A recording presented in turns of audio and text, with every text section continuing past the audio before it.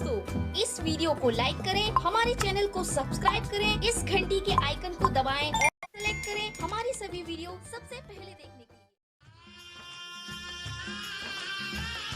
आदरणीय श्रोता मित्र, कार्यक्रम संचालक मैथिली स्टार इंटरटेनमेंट के साथ में हम अनिल शाह स्वागत अछि।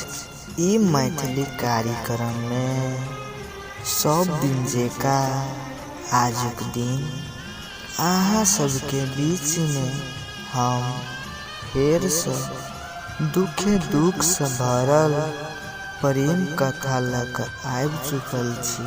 आजू के पत्र पठाक साथ देने अछि विनोद कुमार साथी जी।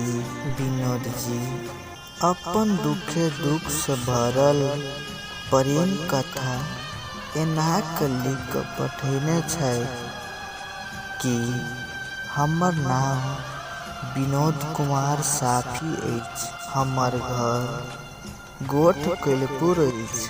अनिल जी, हमहू एगो लड़की से बहुत प्रेम करी छली आ उनका दिल में बसौने छली। हम दोनों बचपने से एक दोसर के बहुत पसंद करी छली आ एक दोसर के दिल से दिल मिलाकर कोनो काम करी छली। एनाहिते दिन सब बीतत गेल आ हमरो दुनू के रिश्ता मजबूत होइत गेल आ दुनू गोटे के सपना छै कि दुनू गोटे नीक से पढ़ी आ दुनू गोटे अपन अपन जिम्मेवारी संभारी से सोच छे दुनू गोटे के। हम दुनू गोटे एसएलसी के परीक्षा द क दुनू गोटे काठमांडू रह के घर में प्लान बनेली, लेकिन हमर दुनू के प्लान सक्सेस नहीं भेल आ काठमांडू जाई नहीं सकली। घर में कतबो मम्मी पापा के कहली तो मम्मी पापा नहीं बुझलक बात के।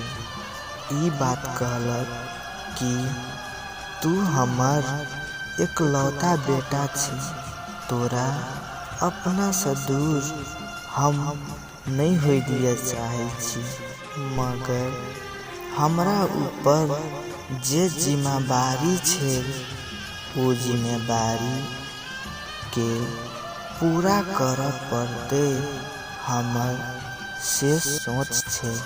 अंत में हम दुनू गोटे जनकपुर पढ़ के लागी चल गेली। दुनू गोटे पढ़ लगली आ हमरा ई लागल कि आब हमर दुनू गोटे के सपना पूरा भ जेते, लेकिन जे सोचली से नहीं भेल।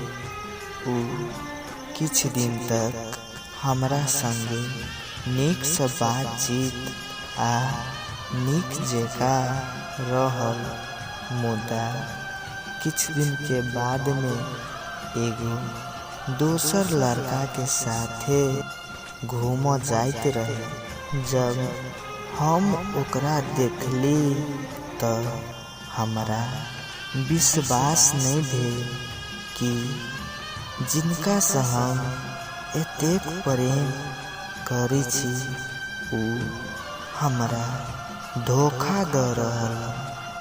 हमरा विश्वास नहीं भेल, मगर विश्वास नहियो क नहीं होय वाला छे, कैला कि जे आदमी हमरा लागी नहीं सोचलक हम उनका पर कोना विश्वास करी। जब हम ई बात के उनका से पूछली तो ई बात से ऊ हमरा से नाराज भ गेल आ हमरा कह लागल कि हमरा फोन सोन नहीं करू। ऊ हमरा लग फोन नहीं कर लागल आ ऊ हमरा छोड़ कर दोसर के साथे घूम लागल, दोसर के साथ डेटिंग कर लागल। लेकिन हमरा बचपन के रिश्ता ऊ नहीं बुझा पेलक। ऊ एक अनजान व्यक्ति के लागी हमरा छोड़ देलक। की कमी पौलक हमर माया में आ हमरा में जे हमरा छोड़ देलक? की कमी पौलक? फर्स्ट टाइम भेल प्रेम कहैया कि नहीं बिसरैया लड़की सब, मुद्दा हमर बचपन के प्रेम कोना बिसर गेल, कोना बिसर गेल हमरा। अगर छोड़े के जाय के छे तो हमरा विश्वास कैला दिलैली, कैला खैली, संगे जिए मरे के कसम कैला। कहू न जेहने हमरा आई कनाबै छी एक न एक दिन, अहूँ एहने कानब अहाँ। प्रेम पागल हो, प्रेम पागल हम सोचत रही देख जान के, हम सोचत रही देख जान के। प्रेम पागल हो, प्रेम पागल करे इंसान के, प्रेम पागल करे इंसान के। प्रेम पागल करे इंसान के, प्रेम पागल करे इंसान के। खेल ई कुंवरा चल भगवान के, खेल ई कुंवरा चल भगवान के। प्रेम पागल करे इंसान के, प्रेम पागल करे इंसान के। प्रेम पागल करे इंसान के, प्रेम पागल करे इंसान के।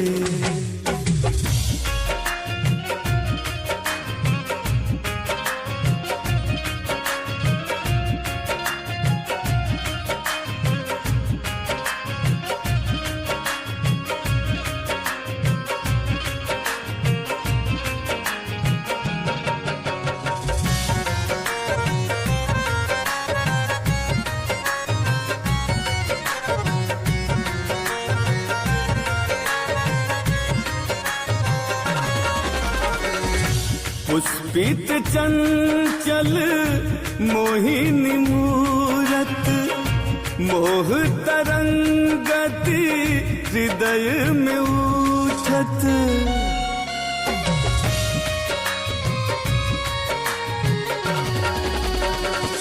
पुष्पित चंचल मोहिनी मूरत, मोह तरंगति हृदय में उठत।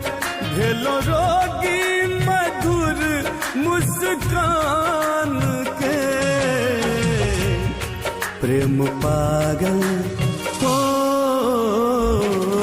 प्रेम पागल करे इंसान के, प्रेम पागल करे इंसान के।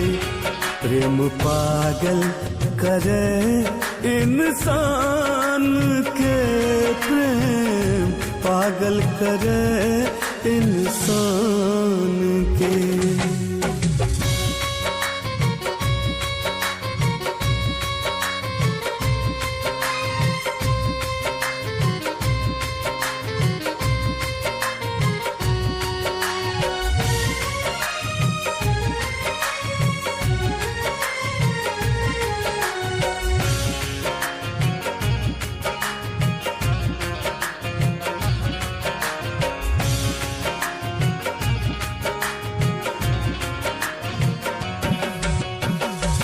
नयन निशामद रसमुख लाली, सौम्य पयोधित रुचिगर नारी।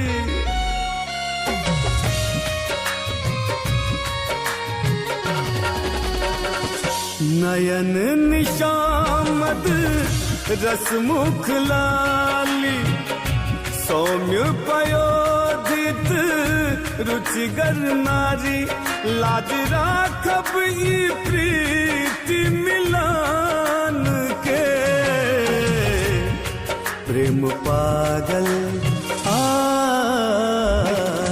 प्रेम पागल करे इंसान के। प्रेम पागल करे इंसान के। प्रेम पागल करे इंसान के। प्रेम पागल करे इंसान।